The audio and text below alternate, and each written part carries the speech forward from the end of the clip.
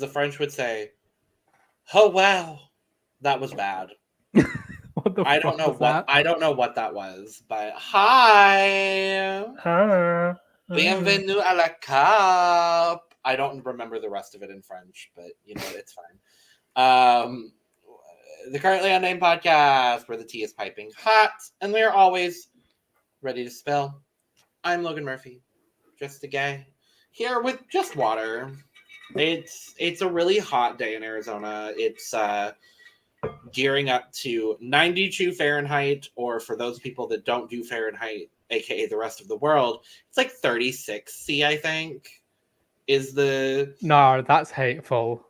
Yeah, I mean, that's my everyday living here. That would shut down the entire UK. Yeah, Also, 36. What was I going to say? Oh, yeah.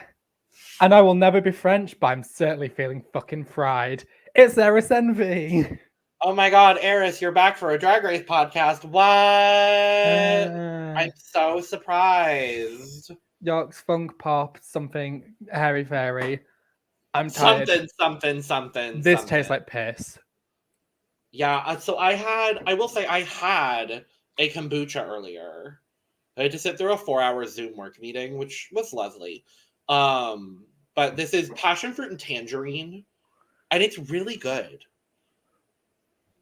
I'm very happy with it. What flavor is this supposed to be? This is the thing with Monster. They never tell you what flavor it is. They just give you a monologue on the back being like, we don't care if you're left wing, right wing, or a chicken wing. That's an actual quote from Monster Assault, which if you want to assault your taste buds, try that one. It's like having a flat Dr. Pepper. Oh, no. It says invigorating island flavors. Okay, that means nothing. Great. Speaking of assault on women's rights, there will be resources in the description. We're not here to talk about that, but we care about it. We're here to talk about Drag Race France. So just acknowledge, hi, America's fucked. But let's talk about France, and specifically the Drag Race of the France. Premiere episode, there was a lot of French. I understood about 30% of it without the subtitles, and I was really proud of myself because I'm actively learning French. And so I was really proud of being able to understand a little bit of it. But yes, this episode, Eris, I kind of loved. It was giving. It was a good episode. I was into it. I'm excited for more. Among the premieres, like, I'm a fan. It's sitting at a comfortable above Holland, but below España. I'm trying to think of where it lands as far as like the others. Because okay, so it's below España, it's above Holland, it's above Italia. Below Canada? I'm trying to remember episode 1 of season 1 of Canada. I would say above Canada. Oh yeah, we're talking about like just the first episode. Yeah, I'm thinking just premieres. Honestly, I'm gonna go ahead and say the second best debut episode for a franchise. I think it's España, and then I think it's France, honestly. And then I think third, UK. Oh, I guess, yeah. Because like the first season, first episode. Oh God, sorry. I was gonna say the first season, first episode of UK was all right. Whereas like you get into the second season, first episode, that's a fucking premiere. I'm vegan. I'm vegan. I mean, the gothic Kendall of it all kind of brings it a little bit down, if I'm being 100% honest with you. Gothic Kendall. Where? Leicester. I was gonna say either UK or Thailand. I think they fill the 3 and 4 for me. I would feel like the second season of the Drag Race franchise, the second season has like a better premiere. I would say honestly, with the exception of Canada, and that's no shade to Canada. I just really loved the first episode of Drag Race Canada.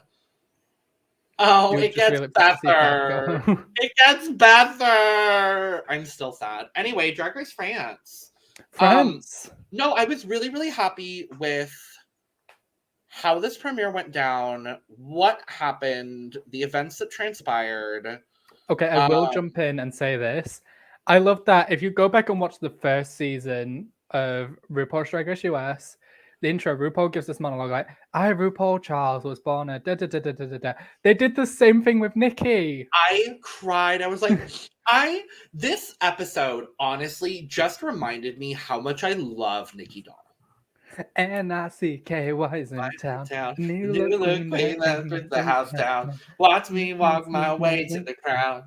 Are you ready? Are you ready? Because style and fashion is what I bring to you.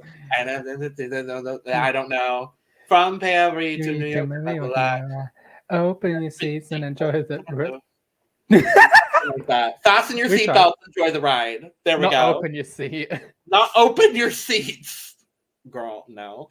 But no, I think if this season doesn't give me anything else, and it's giving already, but this is just gonna remind me how much I love Nicky Doll in a very similar way to Canada, reminding me how much I do love Brooklyn as a drag queen.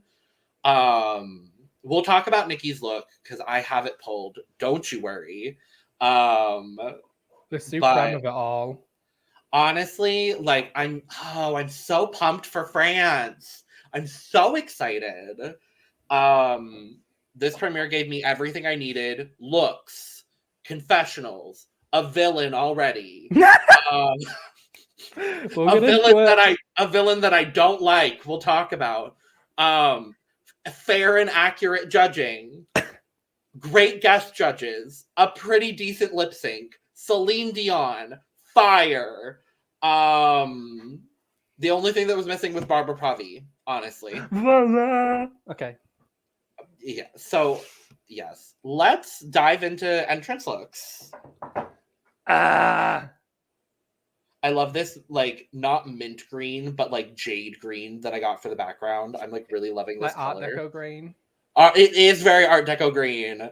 But yeah, so we're going to talk about the entrance looks. Later, we're going to talk about the talent show and then the runway category. And, you know, Jean-Paul Gaultier. No big deal. Jean-Paul fucking Gaultier. We will talk about Jean-Paul Gaultier. I mean, can I just quickly say this? Yes. This is so embarrassing to me.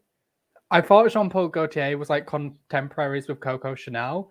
So in my mind, I thought Jean-Paul Gaultier was like long dead. So when it's like Jean-Paul Gaultier is here, and I was like, Jean-Paul Gaultier is a person that's living in the present. I thought House of Gaultier was like formed in the 20s. Oh, baby, no. My roommate turned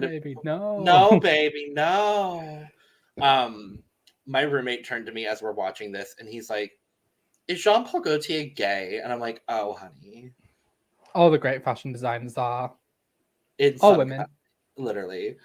Check out our All-Star 6. Nope, that's not the season we're on. All-Star 7 coverage that's coming out shortly after this video does because fucking Betsy Johnson. Anyway. I will say I want us to have Michael Kors as a guest judge just because that man is gay in a homophobic way that I really love. Like, I know he would be, like, an evil judge, and I'd love to see it. Have you watched Project Runway? Yes! He's horrible! He's an asshole, and I love it. Newspaper caught in a windstorm is my favorite critique of any look. Or, what was it? Mexican serape gay flag was another one that just, like, sticks out in my mind. Let's talk about some entrance looks, starting off with our villain of the season, Kam Hugh. Oh, this one. Okay. Oh, do you have another one? I also have another one. Okay. Yeah, I was going to say, so Cam's giving me the villain I don't like. Bertha's staring shit, and I do enjoy it. But Kam is... Let's get into the entrance look before we talk about Kam as a person. I mean, the wig is lovely. The dress... Girl. Yeah, the dress is pretty. I love the shoes. I want to say I'm pretty sure these shoes are Versace. Specifically from a collection they did not too long ago. I could be completely wrong. Fashion people scored me in the knowing Kam, I would not be surprised. Yeah. The outfit, it gives me a little bit of like a modern reworked sort of what's Diamonds Are a Girl's best friend Marilyn Monroe moment. I will say she's beautiful. And out of drag, she looks like Honey Balenciaga, so good for you, girl. Oh my fucking god, she does. She really does. That's who it was. I was like, there's somebody. It's Honey Balenciaga meets Ahura. And I keep equating her to Ahura, but like they do the same makeup. Kind of. She has a similar eye shape to Aquaria, if you know what I mean. Yeah, it's the Aquaria, the blue hydrangea, the new generation of makeup girls. Yeah. What I will say is we did find out the reason why she bears resemblance to blue hydrangea is Kam's partner makes wigs for both for obviously for Kam and also for Blue. Yeah. So loves it. Also, I would just like to point out, we are not here to assume anyone's gender or ethnicity to that one dumb bitch in the comments of our cast assessment. Anyway, Kam looks beautiful. I don't like her, but she looks beautiful. So, my cup is going to be like 85 for Kam Hugh today. I agree. My cup's a good 90. You have to give it to her. She's fucking pretty. The bitch is pretty. Oh, La Big Bertha. See, I knew I was going to love this bitch. I love her. I'm obsessed. I love everything about. I mean, I love this look because it's camp and it's glamour, and she just has a very well done too. She has such a fucking bitchy sense of humor in a way that's enjoyable. And I'll do my look to the camera a few times, but this is glorious. And I will say, after watching her first confessional, I was immediately ready to say, oh, she looks like a gas station attendant out of drag in that outfit because it's the blue denim overalls. And then I'm pretty sure Paloma says it in this episode, like, oh, wow, she looks like a gas station attendant. Literally.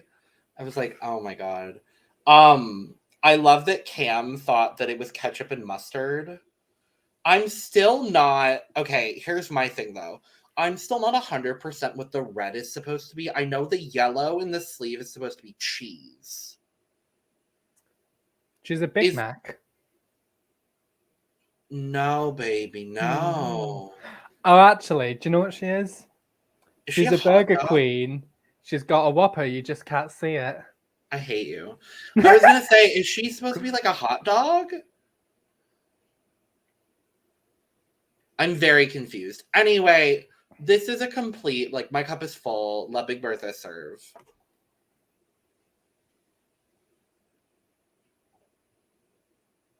Yeah, she looked lovely, gal. But where's your cup at? Oh, shit. Like a good 85. Fair. Also, he's really hot out of drag. But that's also, like, the kind of guys I go for. So, it's fine. Elips! This is the best photo I could pull of this fucking look. And don't worry, it's not the worst photo from the entrance looks. We'll talk about La Briochée. This is fine. Blue. It is blue. And it is sparkly. I love that she doesn't shave her armpits because as someone who also hates the feeling of shaved body hair, it's very gorgeous. Very energy. Gorgeous.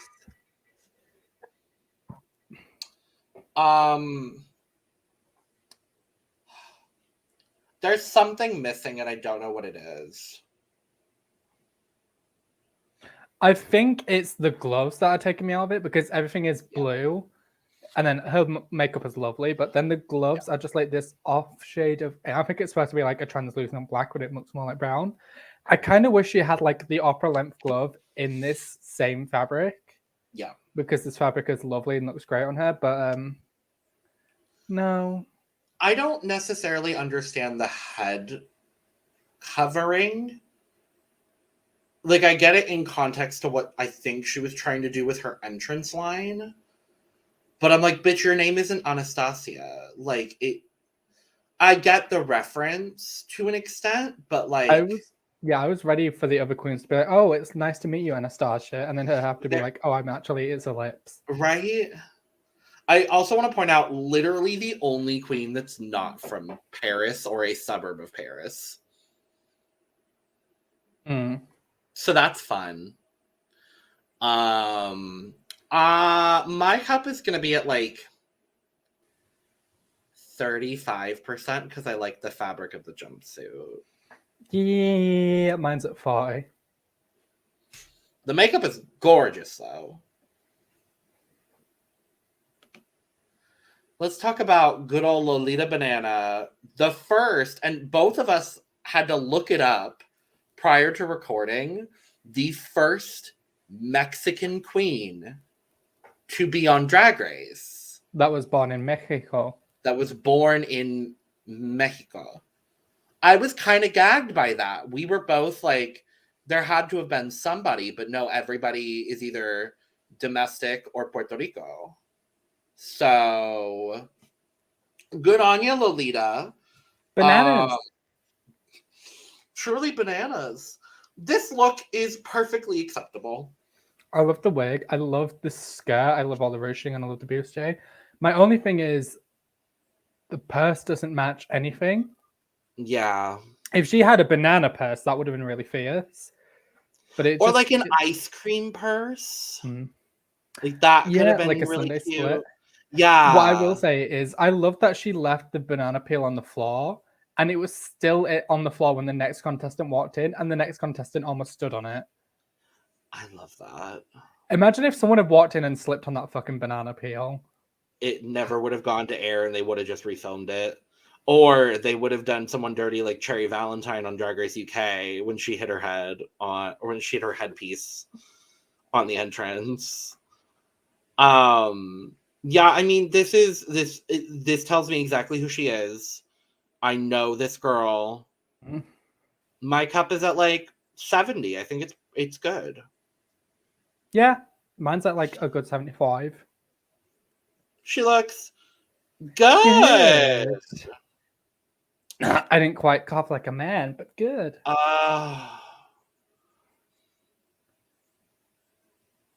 I'm sorry, y'all. I am not going to be unbiased on this season. This is my bitch. This is my winner pick. Point blank and the period. Soa de Muse. Look at the material. Look at the material. It's literally a pinstripe suit, but look at the material. Look at the fucking material. I love the earring, which is so random, but somehow makes complete sense. I love the oversized pinstripe. I love the length of the pant. I think that might be my favorite part of this look because it's just above the ankle. And I feel like on anybody else, I would hate it.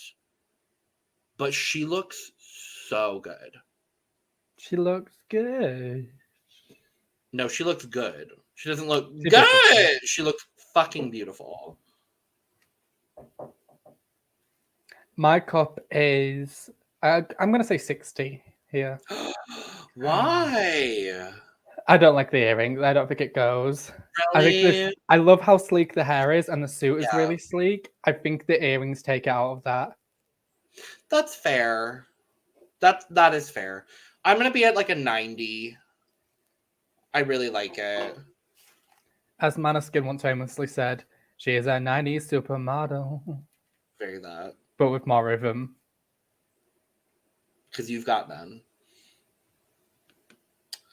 La Grande Dame. Bitch, I had to work to get this photo. Because this is the one time she has her face and full body to the camera in her entrance. It's the Orbeez for me. So this is, I mean, it's very reminiscent to her promo look, which I found out after the fact was made out of recycled materials. And that's like something she does a lot in her drag, which I love.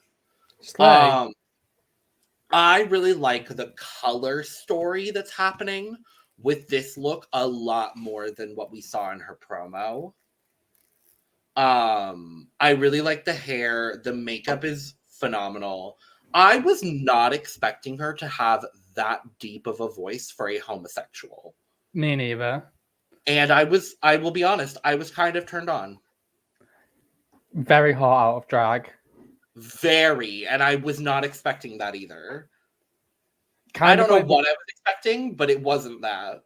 She's like the Hollywood interpretation of the hot French man that the American tourist wife runs away with. You know what I mean? Yes. Like, very gorgeous. And I love this outfit. This color story is so much better than what she wore for the promo. Because what she wore for the promo, the colors were just kind of this too mismatched, and it was kind of an assault on the eyeballs. Whereas this, the pinks and the red look gorgeous together. Yeah, I love the hair, and she looks gorgeous. I'm going to give this like a good 75. I'm going to put it at 85. Oh. I was really impressed. I was really impressed with her throughout this entire episode, honestly. Not that I didn't think I wouldn't be, but you know what I mean. She's French. Lova Ladiva. In a black dress. Bar Queen. Bar Queen. Sorry, that's mean. She looks good. I mean, she looks like she's ready to judge a pageant in a small town bar in the US.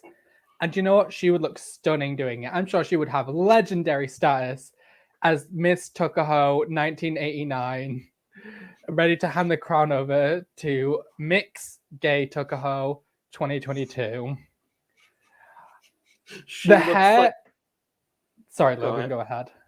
I was going to say she looks like the second alternate to like Miss Alabama Continental. At large. At large.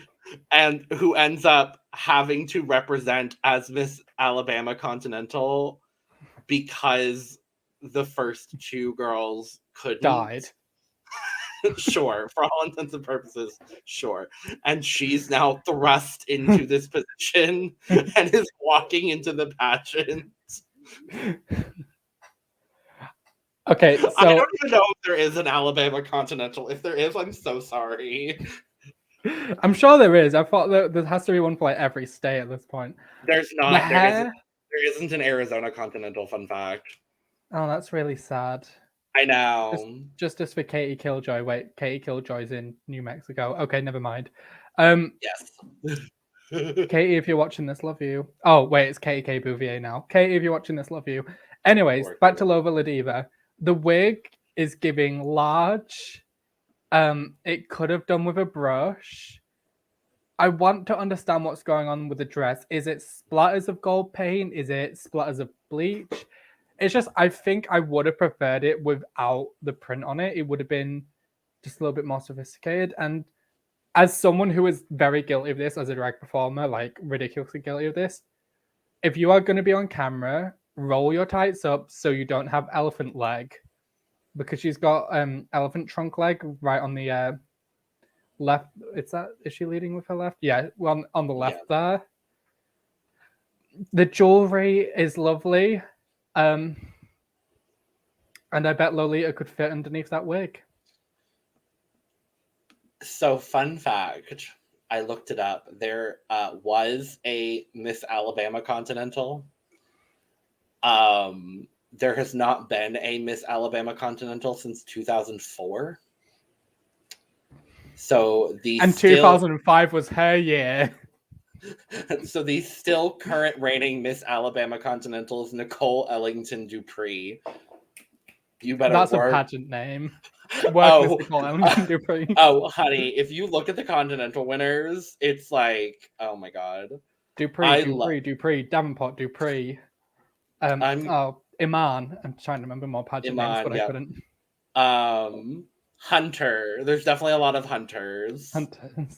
I really want to do a full please could we do a pop like Miss Continental where we watch the pageants? I'm down. I'm ready. Anyway, Lova looks fine. My cup is like 20%. No, 30. There's some polish here. I'm gonna give this a 35. Valid. Work. Second alternate to Miss Alabama Continental 2005.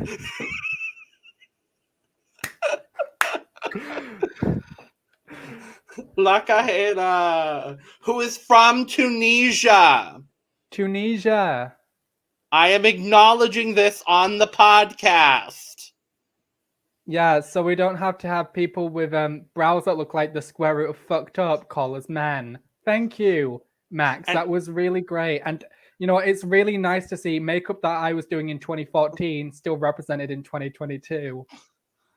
Anyway, La Kahena, I don't love this. You don't?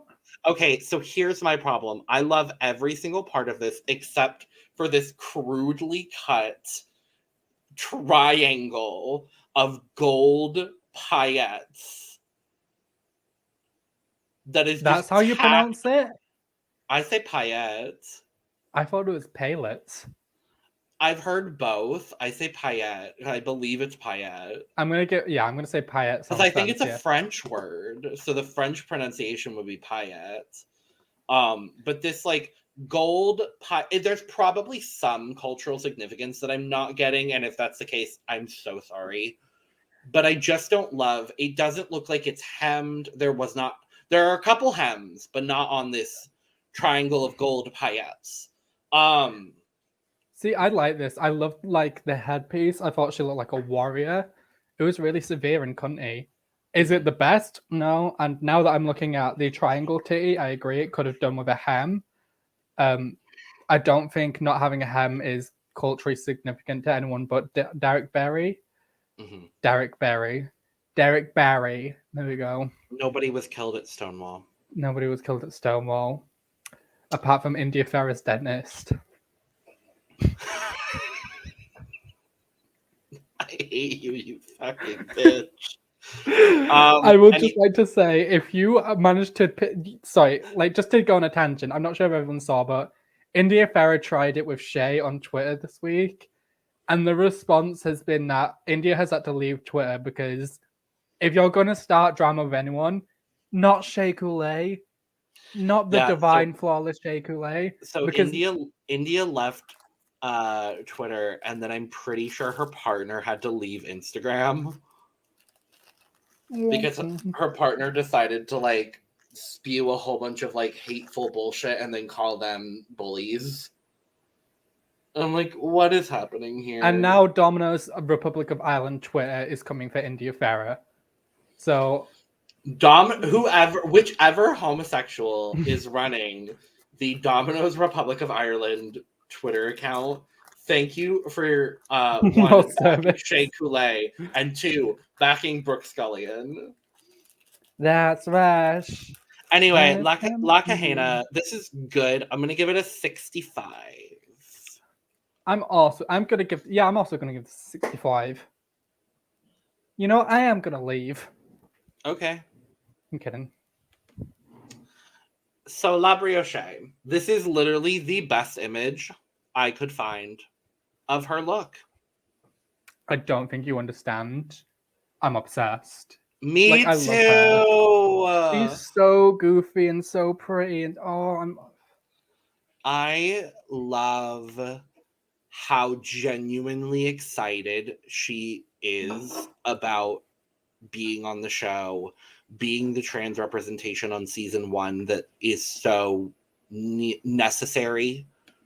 Because I feel like a lot of what we get from Drag Race is the first season will be all people who pass for cis men. So it'll be cis men and maybe non-binary AMAP people. And then on the second or third season is when they start getting adventurous with who they cast. So it's nice to see La Briochée as the trans representation on the first season from out the gate. So Drag Prince is like, no, this is what drag is about. Mm-hmm. Gender identity, gender expression, no matter who you are.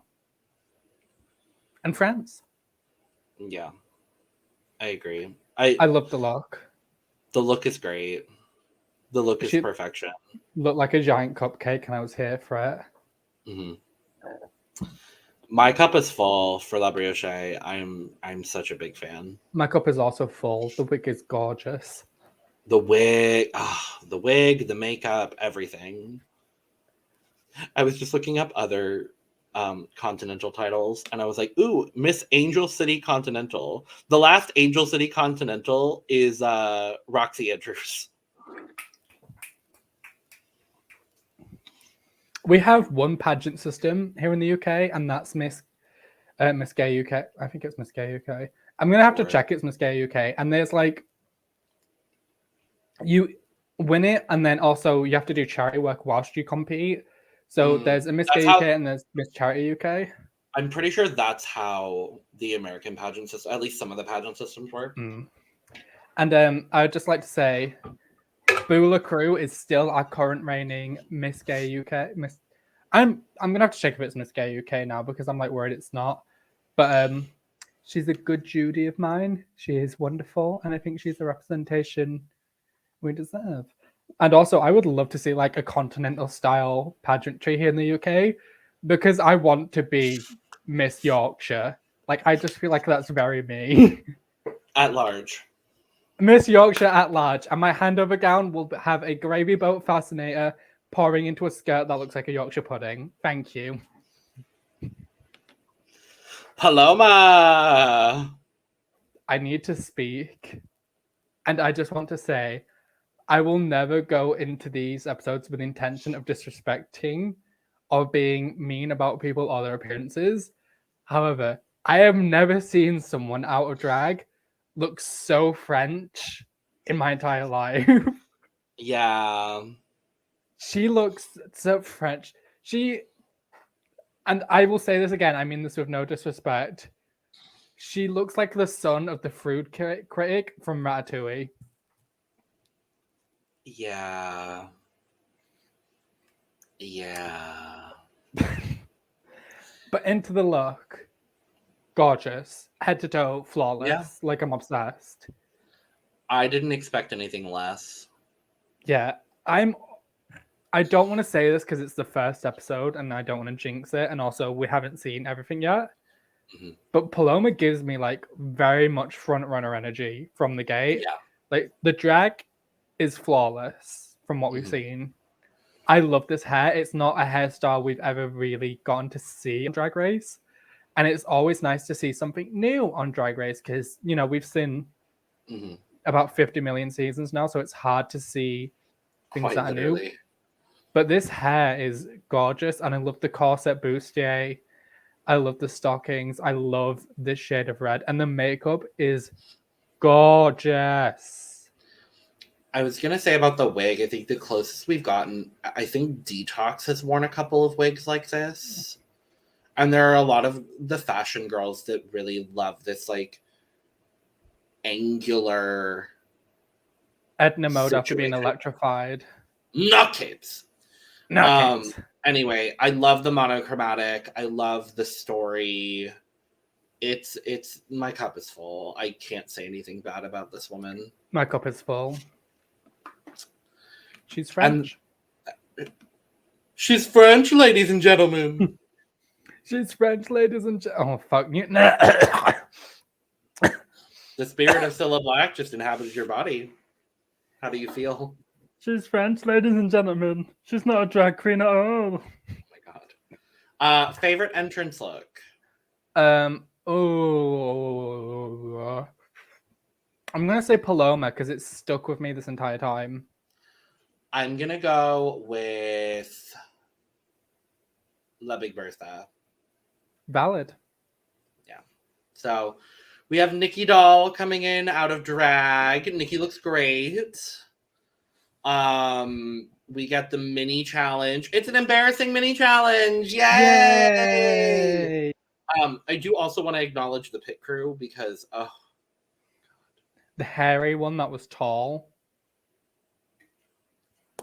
I can't fit any more than I'm that. too much of a top. That hurt my mouth. Ooh.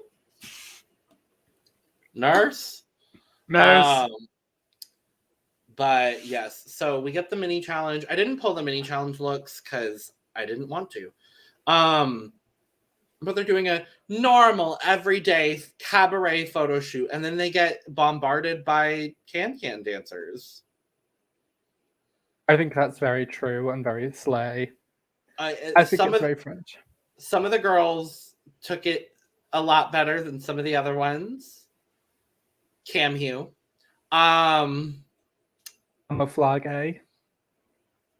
And we get the winner of the first ever mini challenge ever on Drag Race France, Lolita Banana. Lolita Banana. Yeah, she had the best photo in my opinion. Yeah. However, I will say, La Briochée just like joining arms with them and doing the can was amazing to watch. I loved. So from here we find out that the maxi challenge for the week is the talent show. I really like that these new franchises are implementing the talent show episode 1. Yeah, because I just don't think a photo shoot and then a sewing challenge. I don't think at all, apparently. Anyway. But yeah, I don't think that a sewing challenge necessarily gives us the best representation of what someone can do. Whereas a talent show, if you fuck up, that's on you because you made the decision to do that performance. We'll talk about one that made a choice. We'll talk about the ethics of whether it was a talent. We're getting out of drag at this point. I love that we're just getting full titties from La Briochée. Just titties out. Just chilling full with her boobs titties. out. My roommate and I kept going back and forth because we're like, does she have pasties on? Are they blurring her titties? I really couldn't tell. I think they were blurring her titties. I was sat watching it on my phone and I'm pretty sure they just blurred her titties. Probably. But good for her for having the majority of her boob out. I know. I was like, come on, titties. I want to see more titties on Drag Race. Give me the titties. Agreed. We get a couple important conversations. Big Bertha is talking about her talent and how she was and still is very insecure with her body. And so we'll talk about her burlesque comedy extravaganza. I just want to take this time to say, I love burlesque. I did a drag show recently where half the cast was drag performers, the other half was burlesque performers. Ooh. And it was the most fun I've had in a while, even though I was really socially burnt out by the end. And why is every single person who does burlesque so fucking hot? Like, they were all gorgeous. And I was just there like, teach me the boob sorcery, please. Titties. This is doing nothing for no one but my necklace. I can, however, I should have worn a vest for this. I can, however, make my boobs jump without touching them. I've learned that it's actually not a pec pop. I'm just using my neck muscles to move my man tits. Good for you, honey. Wow! Anyway, we also get a very emotional conversation from La Kahena, and I was like, oh, good, this is the moment where I knew she was going home. She's talking about her upbringing, all of that. A very important conversation. I couldn't get past the fact that I was like, God damn it, she's going home first, isn't she? Yeah.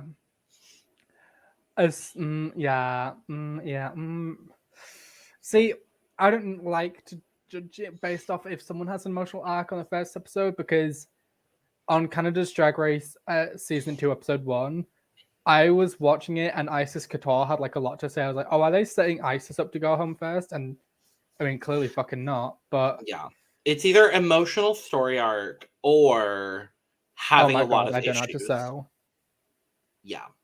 Yeah. So it was upsetting, but honestly, I felt as though this episode moved very quickly. Yeah. There wasn't a whole lot of fluff, which I appreciate, but obviously there's not a whole lot of time for that. Especially when you've got to do entrances. Yeah. Because entrances eat up the episode. Yeah. Plus the talent show where you're having 10 queens perform individually. So yeah. With that, we can move to the talent show. And we start with Lolita Banana. I was shocked she wasn't in the top. I understand why she wasn't. And I think we'll get into that when we talk about the runway. But she had a really good talent. She's a really good dancer. She had lots of really amazing stunts and reveals. And take note, Marina. This is how you do dance properly on the talent show on the Drag Race stage. Especially on the Drag Race España stage, which you have so gracefully loaned to the French studio. It's the same fucking stage. It's the same stage. I'm genuinely wondering if they lent it to the French studio. Probably. If I'm going to be honest, I mean, France and Spain are very close. Yeah. So I would not be surprised in the slightest. EBU regulations. Everyone has to share the Drag Race main stage. Oh my god, could you imagine? We get the same stage for Sweden. Oh my god. It's going to be so funny. Oh my god. Or better yet, we send the one from the UK over. Oh my god. I actually like the UK stage, so I wouldn't mind that. Mm. But no, I thought Lolita did a really good job. This is pre-reveal, so we start with this big ruffly moment, moving into this like nude illusion with the red fringe. We get the back or the partner dancer who was really hot. Very hot. Very hot. No, I thought this was just like the perfect way to start off this challenge. Mm. So good. Love Lolita. Big fan already. Mm. Definitely one of the better talents of the evening. Love her energy. I definitely feel like we're going to get drama this season, and I feel like Lolita will be the epicenter of it. I think Lolita will be the protagonist of the drama. Agreed. I'll say that. But yeah, very, very good job from Miss Lolita Banana. Oh boy. I believe it was a great. I believe it was a great. I believe it was a great Norwegian poet laureate, Subwoofer, who said, "Give that wolf a banana." I believe so. I believe it was also the great poet laureate Jada Essence Hall that once said, "Get the fuck off the stage, bitch." Yeah. This was bad. This is sad, yeah, because when she was peeling out the banana thing, I thought, oh, this is going to be good. And I thought it was going to be burlesque. Yeah, and then like we got into the singing, and it's like... is that what you're calling it? Let's just put it this way. If you are not confident singing, this is not the stage to do it. No. And she looked lovely. Like, I love this outfit. It's gorgeous. Sure. Talent show or lack thereof. She should have done something else. No. This is not the worst of the evening because, unfortunately, this is still considered a talent. See, we'll get into this when we discuss the bottom two, but I feel like she should have been in the bottom two with someone else. I agree. I absolutely agree. But yeah, not a good showing from Kam Hugh, but La Briochée, the first actual properly singing live queen. She sounded lovely. She sounded absolutely lovely. Was it amazing? No. I think I wish she had hit some of the notes or she had gone for more levels. But this gown is lovely, the hair is lovely, and it's a very emotional song. I'm looking forward to Nicky Doll in the workroom said singing challenge. So I'm very much still looking forward to the singing challenge. I hope she makes it there. I can't wait for girl groups on episode 3. Oh my god. French girl groups. Could you imagine? I mean, they showed a lot of clips from in like the intro or like in the trailers. Yeah. Like a lot. I feel like we're probably going to get some sort of rock band challenge. I'm here for it. Yeah. I will go on a limb and say she has one of the best voices out of any Drag Race contestant. Like, she's up there for sure. But I do agree with you. I wish the performance just had been a little bit more dynamic. Yeah. And I feel like she was overshadowed by the singer who comes next door later in the lineup. Mm-hmm. I'm trying to remember who. Is it Soa next? No. Okay. Well, Soa de Muse is who I'm on about. Soa de Muse was a better singer. Anyway, I think if Soa de Muse had not performed that she did that we will talk about, I think La Briochée could have been in the top. Agreed. But yeah, a solid showing. nonetheless, from La Lovely. Briochée. Let's talk about Paloma doing this, like, spoken word comedy. Yeah, I'm gonna be honest. I don't know if there's references I wasn't getting, and also this. I will say this now about what percents. There was a lot of issues with the subtitling on this episode. Yeah, where there a was lot of it ended up being indistinct. indistinct French, and I'm like, That that helps doesn't no help one, anybody. darling. I saw a tweet that was like, from a French person being like, y'all need to fix your subtitles. This is very, very clear French. And I'm like, oh, good. I'm glad that at least the French people understand that. Yeah. But there were parts where I did think, oh, maybe I should laugh at this. And I think this is funny. But I just don't think I got it personally. But I feel like that might just be a me thing and not a she wasn't funny thing. I don't know, because I spent the first half of the performance honestly just like confused. I was like, what is it she's trying to go for? There were a few jokes in there. Like the lighting the candle, and like she kept making weird jabs at Daphne Burke. Like every other joke was aimed directly and specifically at Daphne Burke. Some of those were kind of funny. Some of those were funny. I want to know what Daphne did to anger this character of Constance that Paloma was playing. I don't know. I will say, I know this woman. Like, I know this woman. I know the character of this woman because there are a lot of them in and around Arizona. So for that, like, I understood the story she was going for. It very well might be a language thing. I wasn't bursting out laughing in the way that the judges were. Yeah.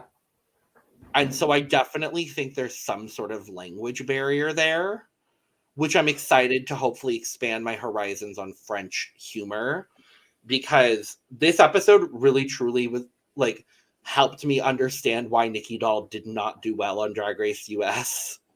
Because it seems like the French sense of humor is very, very different, and we saw that literally be Nicky's downfall on season 12. Yeah.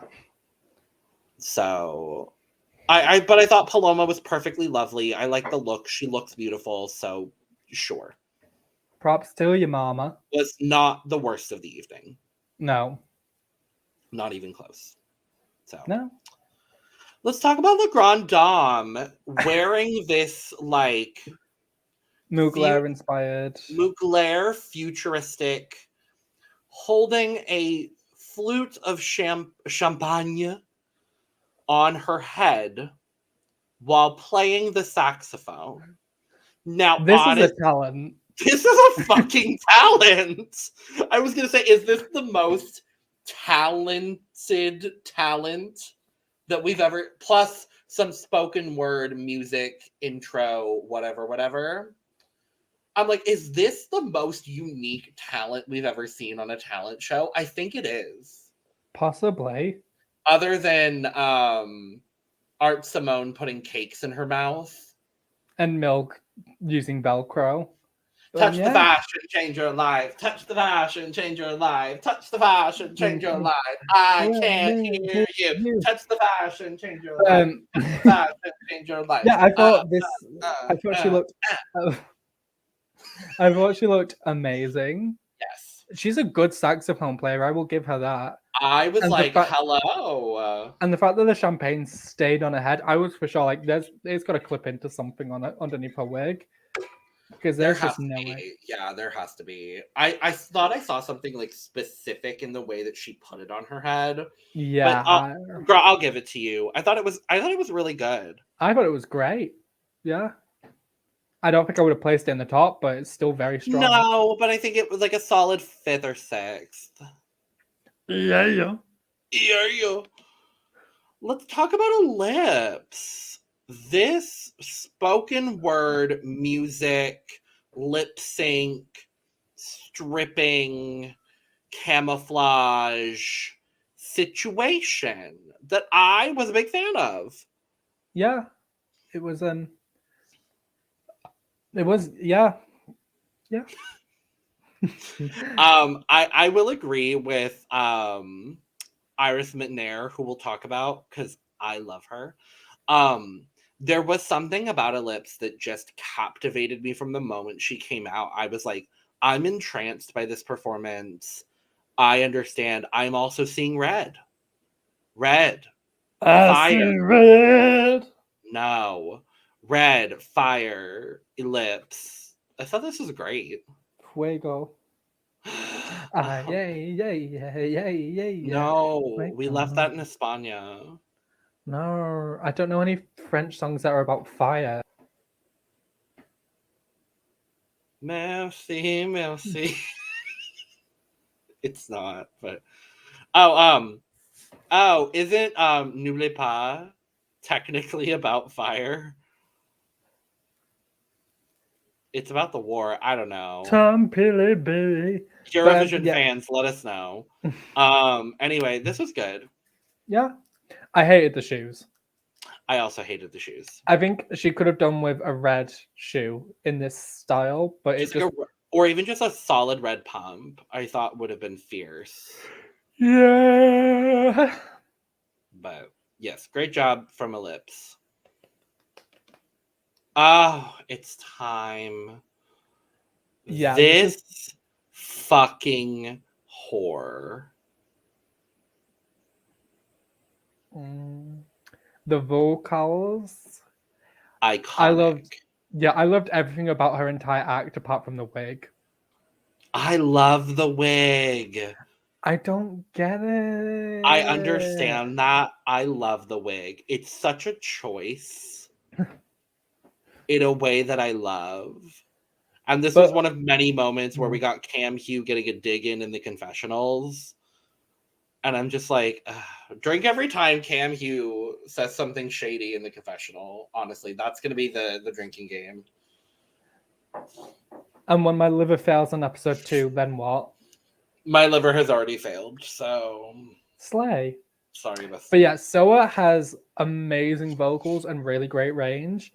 I think probably one of the better vocalists that has ever come out of Drag Race. Probably up there with Shiriji and Jan. As much as I don't like to give Jan her flowers, because I too, like RuPaul, love to break down Jan's psyche. Honestly, if I were to do a top 5, it would probably be Soa, Shiriji, Jan, and honestly, Adore and Courtney. Yeah, that's fair. I put Kennedy up there as well, probably. Davenport? No. I'm like, I didn't know Kennedy Davenport to be a singer, but work. She is. She's a really good singer. I was trying to remember who. Oh, you know who's a great vocalist actually from Drag Race? Honey Davenport. Yes, Honey Davenport. Absolutely. I agree. Why are you bending them notes? In the words of Kennedy Davenport, she looks beautiful. Actually, that's what I was trying to remember about Kennedy. She did have a hit single last summer. I'm not sure if you're familiar. Black stockings, white shoes, shouldn't be allowed in the church. Oh God, I love that woman. Oh God, I love that woman. I love Kennedy, and I love Soa de Muse. It's just fabulous. Crushed it. Well, Eris, we've come to the part of our program where we must discuss the ethics of a talent. What is a talent? What constitutes a talent? And did Lova Ladiva do a talent?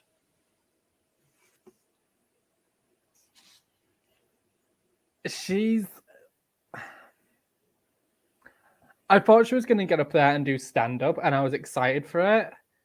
And then we just got a story about how she used to be in a wheelchair and now she can't walk in heels. And it's a lovely story, gal. Very. But save it for the confessionals, not for your talent show. Even if she had just taken a slight, oh yeah, I used to be in a wheelchair, and it made some sort of comedy out of it. It would have been better than what this was. Take this story, make it into a spoken word poem. I don't fucking know. Just anything other than what she did.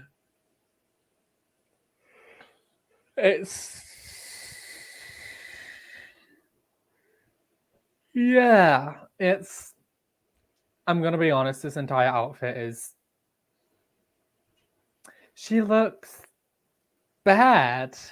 I want the ruffle coat. I'm gonna be real on it. If you take away the ruffle coat, it's a see-through dress with a corset put over it, which is a drag queen's best friend. Yes. And this wig that looks like it's been styled and it's since fallen out of that style and needs to be styled again. I like the colors of the wig, I will say. Like, the ombre itself is really nice, but I do agree with you about but it's just, there's a lot that's not working for Lova Ladiva here. And she's going to need to pull it together really quick. Unfortunately, for me, she feels like second eliminated in the bottom two both episodes she's on.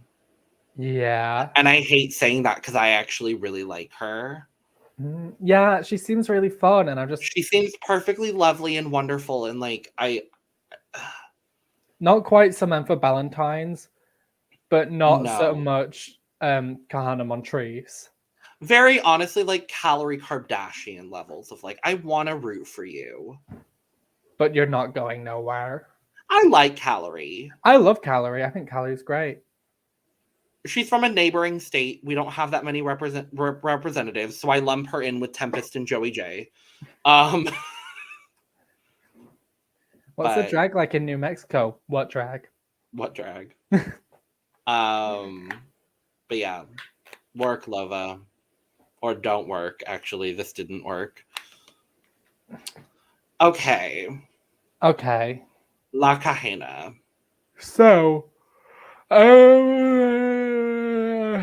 I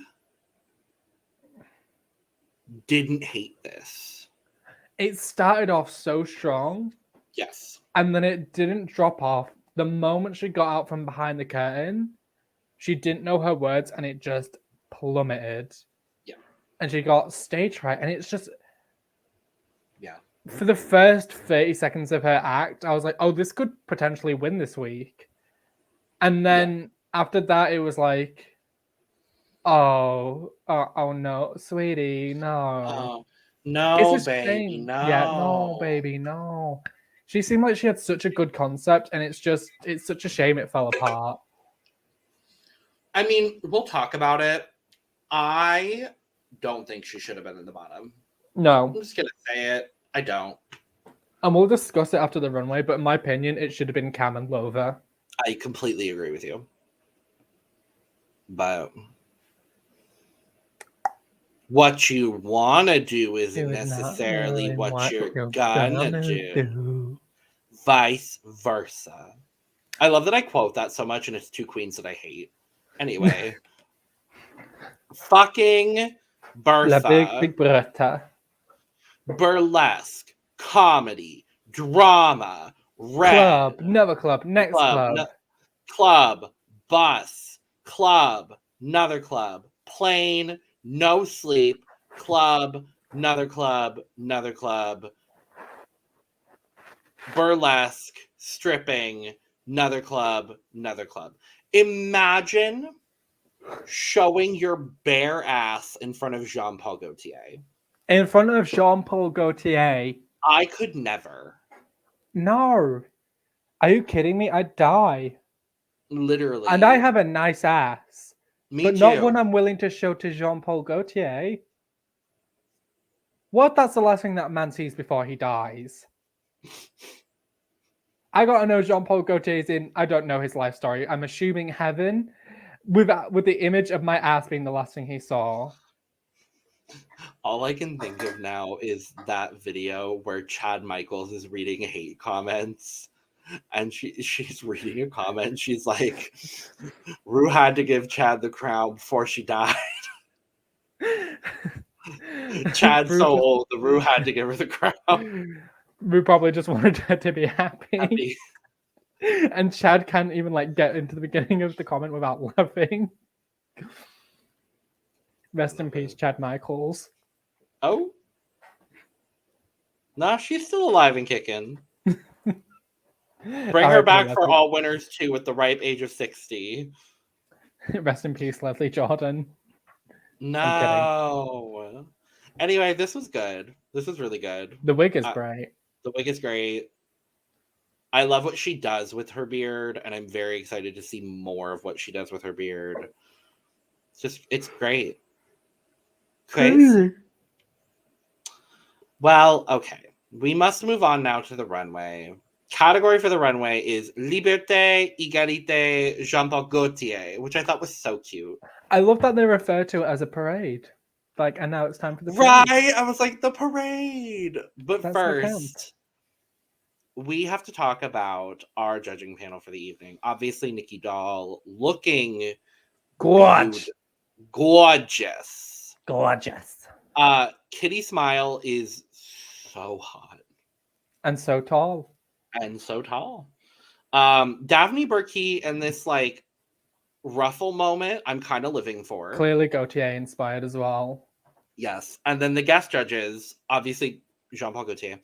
And Iris Mittenaere, Miss Universe 2016. Like, imagine getting on Drag Race France. And then you're walking to the workroom, you're doing your thing. You're like, oh, I have to do a talent show? Cool. And then you find out that you have to do your talent show and your runway in front of Miss Universe 2016 and Jean-Paul Gaultier. I would cry, scream, and that's almost as bad as having to do a rap in front of Nicki Minaj. You know what I mean? I think that's honestly worse than doing a rap in front of Nicki Minaj. At least it wasn't a sewing challenge in front of Jean-Paul Gaultier. Could you fucking imagine? No, I would spend the entire day breaking down. Imagine they don't tell them. And then you just get to the runway and you turn Vanna White style, you turn the corner, you're like... And you're there with a bunch of paper bags glued to a corset and a purse on your head. Poor Lalaurie.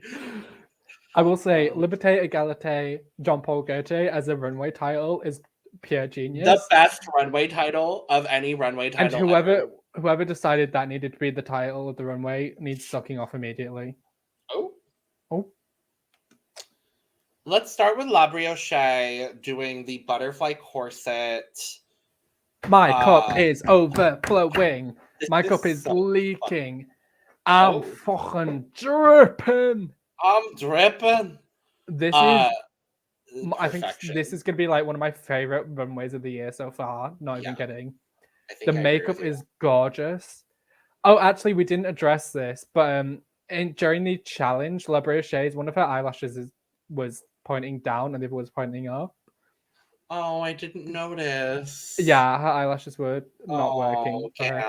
But this look, the silhouette, the color, I love the integration of the trans flag colors as well. It's so subtle, but like you see it and it's stunning, beautiful. My cup is overflowing. This is phenomenal. So amazing. I love her.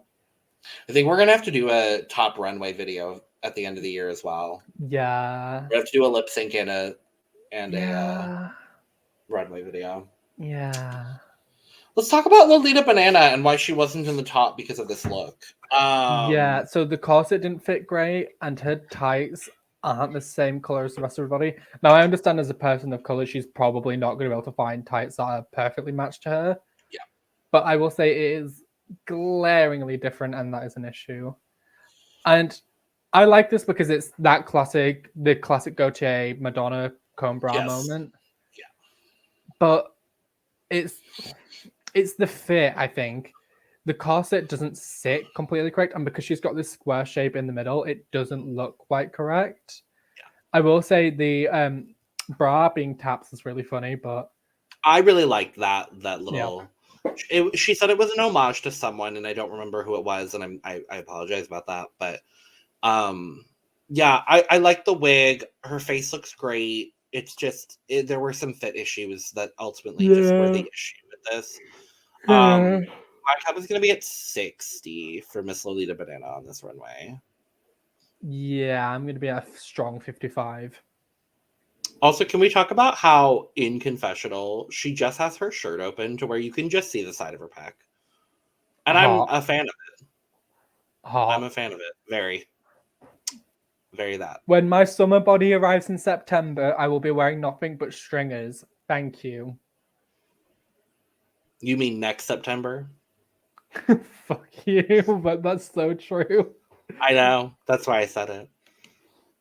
Let's talk about Lova Ladiva. Okay. I have a lot to say about this look as someone who is very into perfumes. Go for it then, bestie. The concept is perfect. It's a brilliant idea, especially for Gaultier, because the Jean Paul Gaultier perfumes are probably some of the most iconic perfume bottles like in the world. Yeah. I want to like this because it is a good look, but there's just, I don't know how to word it and it's pissing me off. I think the issue I'm having is the front is really great, or it's at least good. The back doesn't look like the Jean Paul Gaultier Le Male bottle. It needs to be deeper and darker shades of blue where it's more of a greenish dark blue.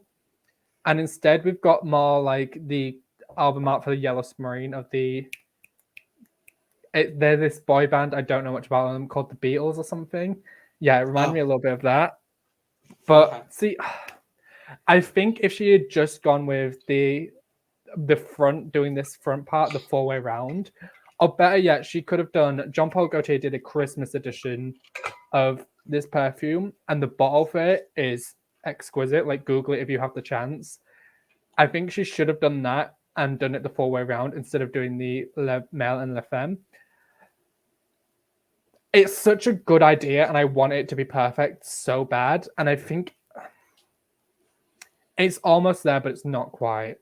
If you just keep the front, it's amazing. But the concept of having it be the woman in the front and the mountain in the back is genius. I just wish it was done flawlessly. I mean, you said everything I was going to. I just wish it was. I just wish it was a little bit more polished. But it's unfortunate because I think her face and hair look great. This is a really nice wig. This is the nicest wig she's worn. Yeah. All episode of all 3 of her looks. My cup is gonna be at 40. I'm gonna give this a 65 just because I feel like the front is really strong and I love the concept. It's just not where it needs to be. Yeah.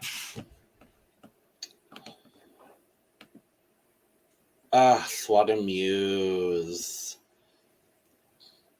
You can't spell legendary Logan Star without leg. Oh, not my dirty socks. Not that, bestie. Not she that here today. Amazing. She looks really great. Was this one of the looks that Gaultier was like, this is Gaultier, but done better than Gaultier? Yes. I think he said that about this one, and then also Elips. Yeah. Yeah, this is just fucking great. This is one nitpicky thing I've just noticed now. And like, don't shoot me. I wish she'd put a nail on instead of just painting her nails. And I know I always just paint my nails because I'm incredibly fucking lazy. But Mama, if you've got time to put the nails on, put nails on. Because this with like some nail art featuring hair would have been really fun. Yeah, my cup is full. This is just perfection in every possible way. Like, my cup is 95. No, yeah, my cup is full. Good. Just. I was gonna yell at you. You know what? My cup is 99.99% full. The nails would have given it that little drop. Go fuck yourself. For 99.9%, I need to speak about this. So I had an interaction with Twitter user RuPaul's Drag Race Things, about this look. And they said they hated this look and that this has the same level of taste as Lucretia Lubamba. And I said, did you not get the reference? They pulled up this image of this really hideous teddy bear and said, is this the reference? And I said, oh, that's so foul. How could you say that? And they were like, no, this is the teddy bear this look is based off of. Now, we don't have a picture of Jean-Paul Gaultier's teddy bear, Nana, to pull up. However, I will say, if you picture a teddy bear that has been chewed out by India Ferrer, you will get the image you need to see. Oh, no. With that being said, I really like this look.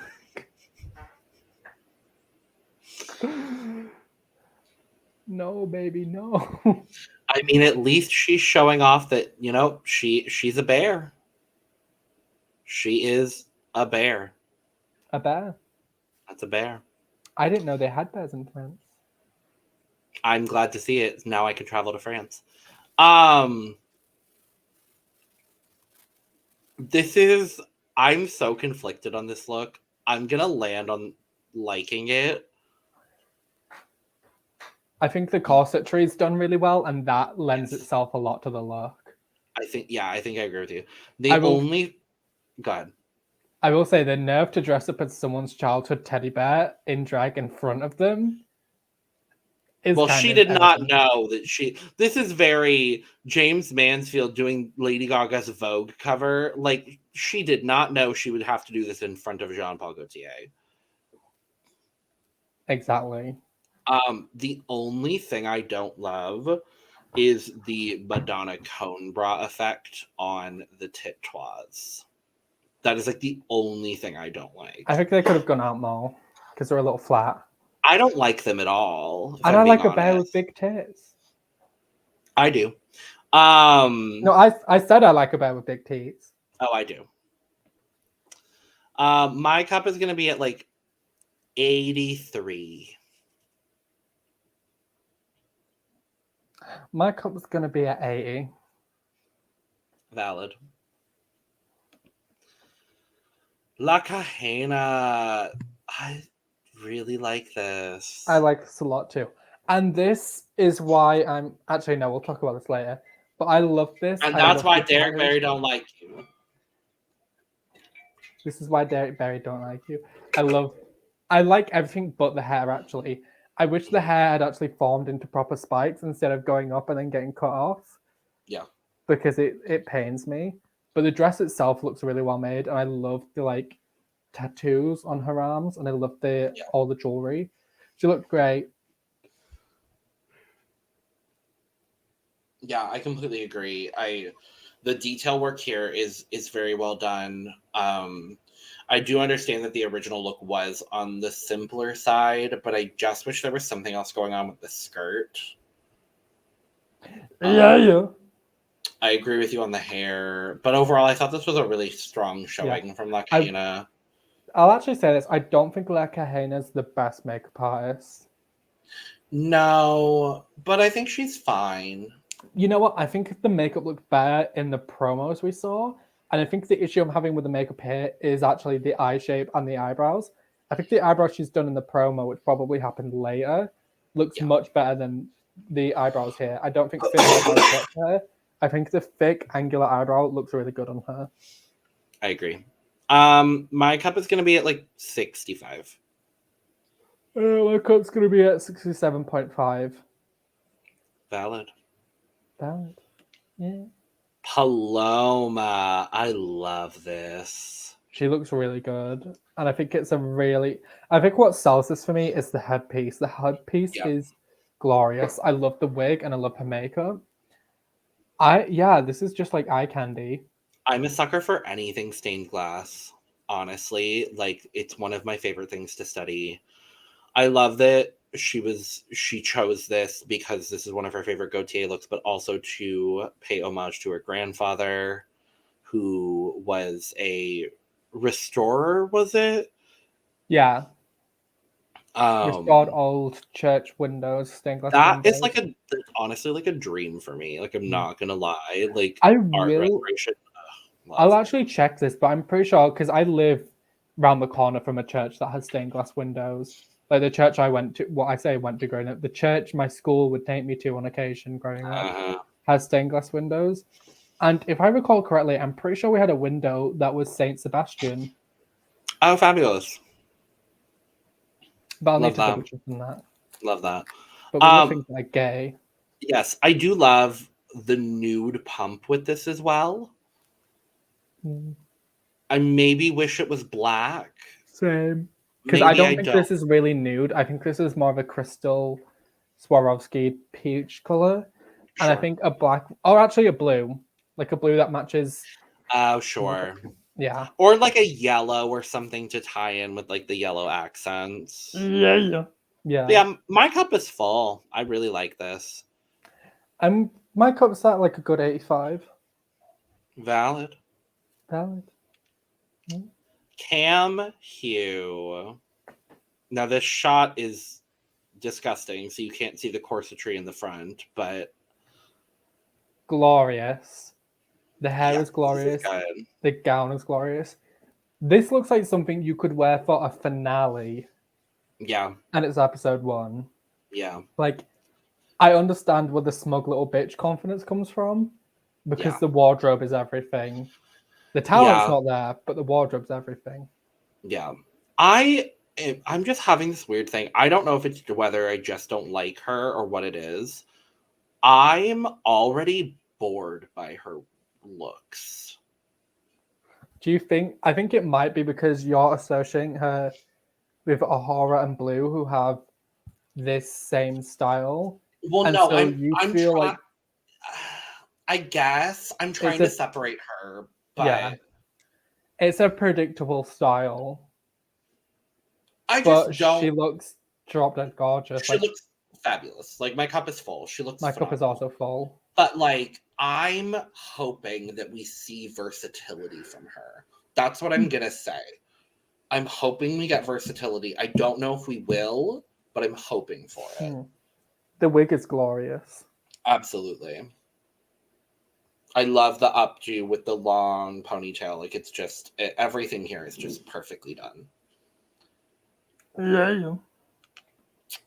Elips. I love this. This is Gaultier. This is classic Gaultier. It is so simple in the absolute best possible way.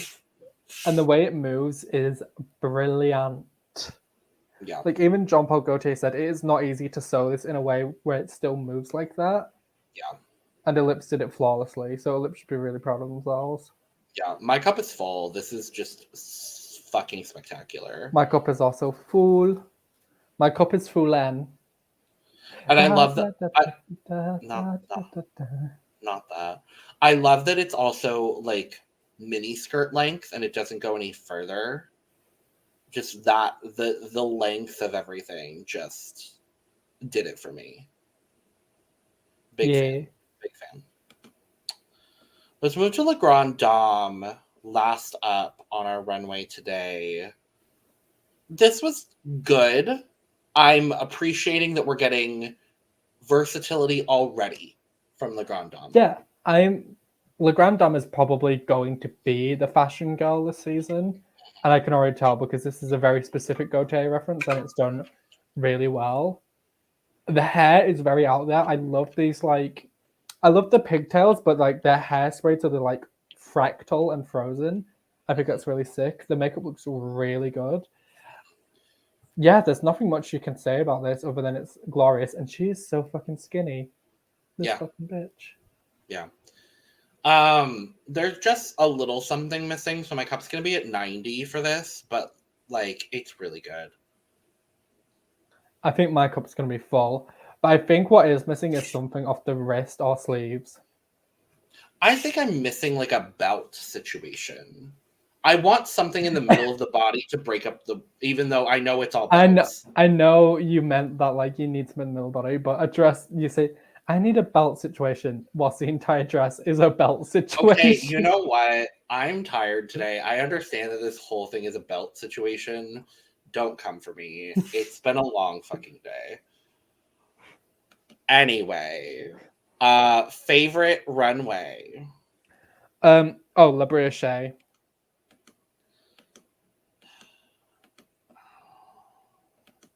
I'm gonna do somebody else just to be different. Boo. Because I do agree with you. I think mine is going to be Soa de Muse.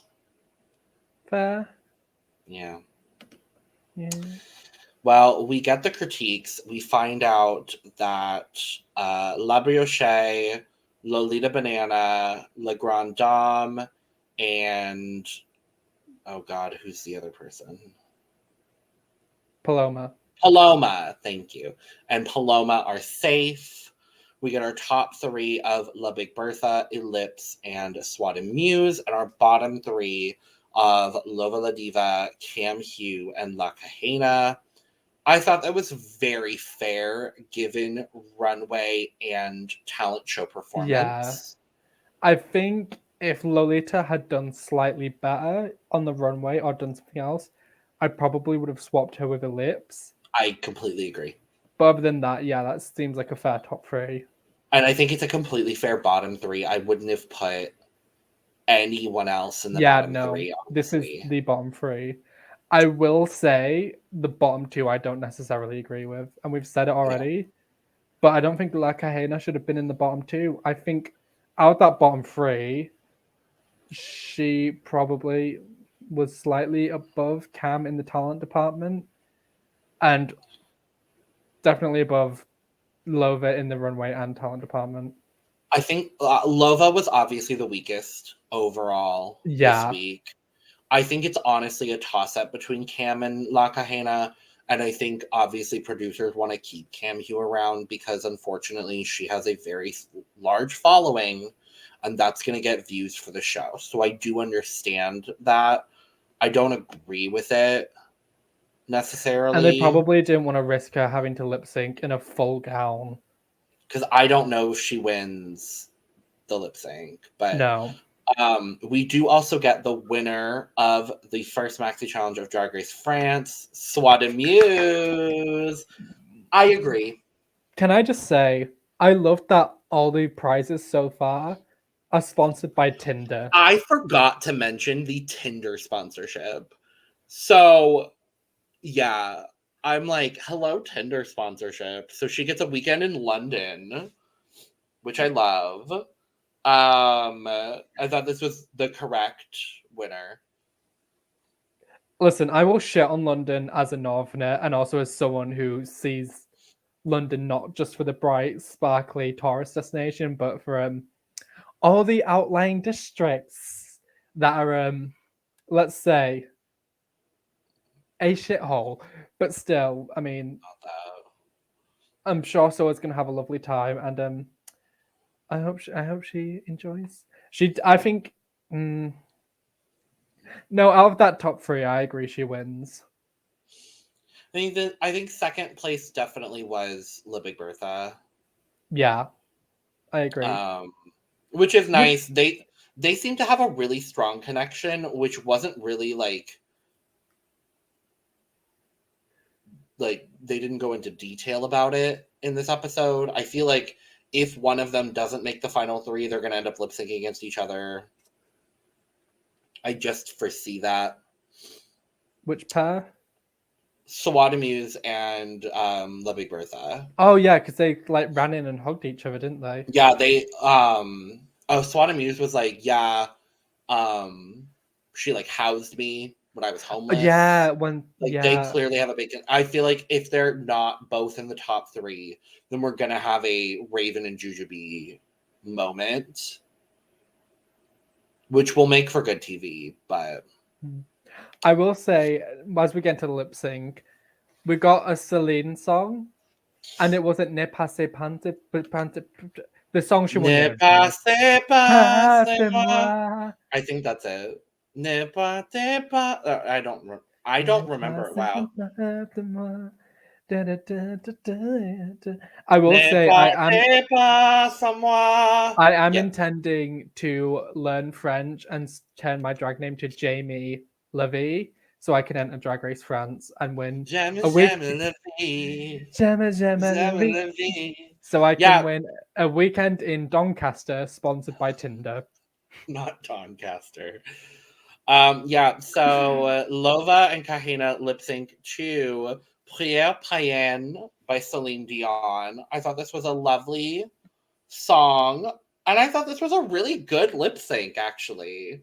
Mm-hmm. How long? Oh, go ahead. Sorry, how many episodes do you think it'll be before we get an Edith Piaf lip sync? I want it so bad. No, see, I really thought that was going to be the first lip sync. I was like, oh, they've got to do that for the first lip sync. It's iconic. But as for this lip sync, I really wanted La Kahena to stay. Lova mopped the floor with her, in my opinion. Like, Lova left no room at the end of the table for Kahena. I thought it was very close at the start. Yeah, and Lova really picked up the pace and just... I believe it was Champ St. Laurent who once famously said, I should have swept the floor with her. I feel like that's what Lova did to La Kahena. I agree. But we do lose La Kahena as the pork chop of France. She joins the long list of pork chop. Oh God. The Macarena. Juice Box. That one emo twin from the UK. Gothy Kendall. Yeah. Meanie Minaj. Oh, Meanie Minaj. Oh. Room. Service. Formerly known as Service. Did we miss any franchises? I don't think we did. Pork chop. JoJo's a hoe. JoJo's a hoe. JoJo's a hoe. JoJo's a hoe. And possibly Melody Festivalen in a few months. I hate it. I'm kidding. I hate so fucking much. I seriously hope she's on Drag Race Sweden just so I can say that name. Eventually, Iris Envy on season 1 of Drag Race Northumbria. But no, overall, I thought this was such a good premiere. I'm very excited for the rest of this season. Go watch Drag Race France if you haven't. The premiere was great. And we're going to get out of here because, yeah. So subscribe, like, and share. I didn't mention it, but we've hit 100 subscribers. So thank you for that. We have a custom YouTube URL now. And I don't know why that makes me so happy, but it does. So all of our information, resources, everything like that will be in the description below. And with that, Lolita Banana! Oh, I'm so sorry. Nicky Doll! NICKY's in town. A new look queen that brings the house down. Watch me press my way to the ground. Are you ready?